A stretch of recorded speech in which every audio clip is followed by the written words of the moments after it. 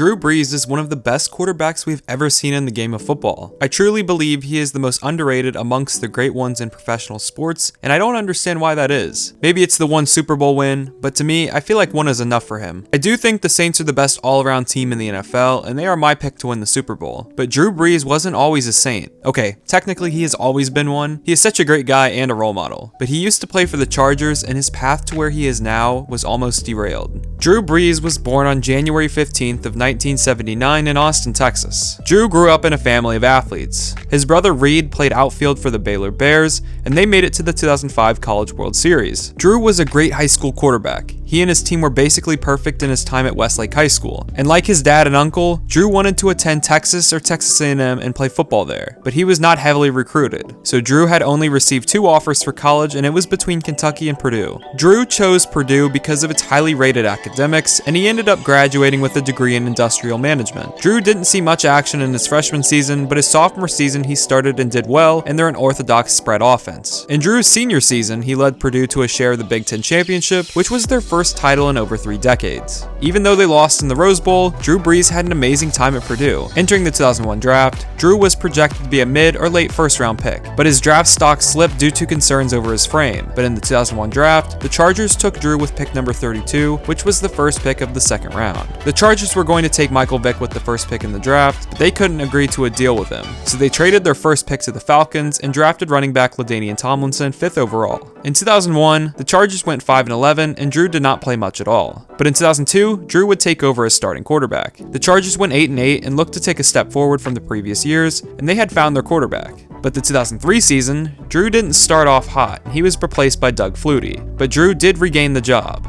Now, after 3 seasons with the Chargers, he had a good year in 2002, but it was really up for debate on if he was their future. And since the Chargers finished this year as the worst team, they had options available to them to draft a quarterback if they wanted one. Eli Manning, Phillip Rivers, and Ben Roethlisberger were all talented guys who the Chargers could have taken if they wanted to. But the Chargers decided to draft Eli Manning, even though Eli said he wouldn't play for them. But that didn't matter because the Chargers traded him to the Giants for Phillip Rivers and 3 draft picks. The Chargers had a quarterback battle now, Drew Brees versus Phillip Rivers. Drew performed well in camp and the preseason because Rivers held out, and that helped Drew land the starting job. Drew led the Chargers to a 12-4 record. He completed 65.5% of his passes, and he passed for 3,100 yards. And he was named the Comeback Player of the Year in 2004, but the Chargers lost in an overtime battle with the Jets in the playoffs. Now, the 2005 season, the Chargers had committed a lot of money to Phillip Rivers, and Drew Brees was going to become a free agent. So most people expected he wouldn't return because of those circumstances. But the Chargers franchise tagged him for another year, and he would be their starting quarterback in 2005. Despite a good 2005 season, Drew Brees had the Chargers at a 9-6 record before heading into the last game of the season.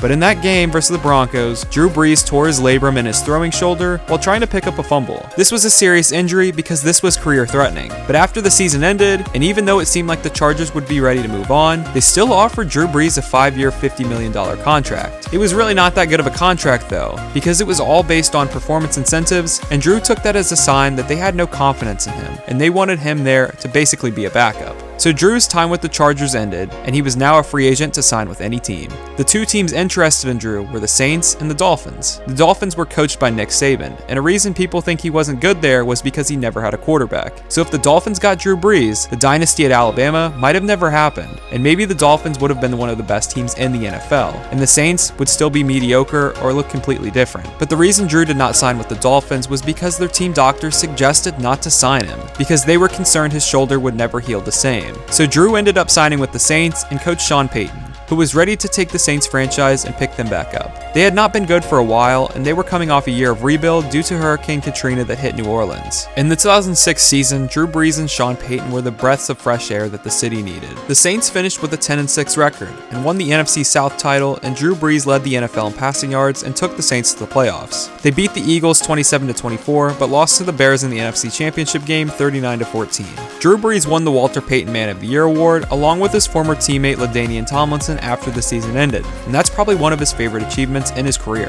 The 2007 and 2008 seasons, the Saints missed the playoffs, but Drew had 2 great years passing the ball. In 2008, Drew passed for 5,069 yards, which was second all-time behind Dan Marino's record. But that record would go on to be broken by Drew 4 times, along with Tom Brady and current single-season record holder Peyton Manning. But the 2009 season is one that we will look back and marvel with Drew's career. The Saints finished with a 13-3 record, starting the year off 13-0 before losing to the Cowboys on a Saturday night game, and then they lost their last 2 when they rested their starters. In the playoffs, the Saints went on to beat the Cardinals and won in overtime versus the Vikings to book a Super Bowl matchup with the Colts. The Colts were also undefeated until they lost their last 2 games of the year, and they were led by all-time great quarterback Peyton Manning. And in one of the best Super Bowls I've seen, the Saints went on to win the championship 31-17, marking Drew Brees' first title as well as the Saints' first title. The 2010 season, the Saints made the playoffs as a wildcard team, but they had to go on the road and face the Seahawks and lost 41-36. The 2011 season was a record-breaking year for Drew. He led the NFL in completion percentage, passing yards, and passing touchdowns. The Saints made the playoffs and beat the Lions, but lost to the 49ers in the divisional round. The 2012 season, Drew signed a 5-year, $100 million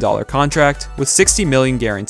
The Saints didn't have an amazing season because of Sean Payton being suspended for Bountygate, but Drew did break Johnny Unitas' record for consecutive games with a touchdown pass, and his streak ended at 54 games. The Saints ended with a 7-9 record and did not make the playoffs. In 2013, the Saints had an 11-5 record and made it back to the playoffs. They beat the Eagles in the wild card, but lost to the Seahawks 23-15 in the divisional round. Now, the next 3 seasons for the Saints, they will finish with 7-9 records. But during this time, the Saints were able to draft good players to come in and help retool the roster. And now the 2017 season, the Saints made it back to the playoffs, and if not for a miracle play versus the Vikings, I truly believe the Saints would have won the Super Bowl. And now, here we are in 2018, Drew Brees is on his last round in his career, and this could actually be his last season. I doubt it will be, but you never really know how things will pan out. Drew Brees has broken so many records over his career, and he has never won the league's MVP. Drew recently broke the record on Monday Night Football for all-time passing yards. He hasn't had a perfect career, but he is the perfect athlete for anyone to look up to based on how he handles himself and how hard he works to be great. He doesn't have the perfect frame or story, but he is relatable, and anyone can look at his story and pull something away that could make them better. Here's a list of all the awards Drew Brees has in his NFL career. It's amazing how great Drew has been and how many records this man has broken. The records he is still aiming for are career passing attempts, career passing touchdowns, and most starts in the NFL. This year is starting to look like the one where he's going to get the MVP award,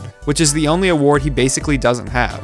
Drew Brees is one of those guys that every kid should aspire to be like. When Drew got to New Orleans, he spent most of his time trying to give back to his new home. He helped rebuild the city on and off the field, as well as having the Drew Brees Foundation, which works to rebuild and restore parks, academic and athletic facilities, and more. Drew is an excellent ambassador for the game of football. He's the ultimate teammate, and he is just as good of a father to his kids. Thanks for watching.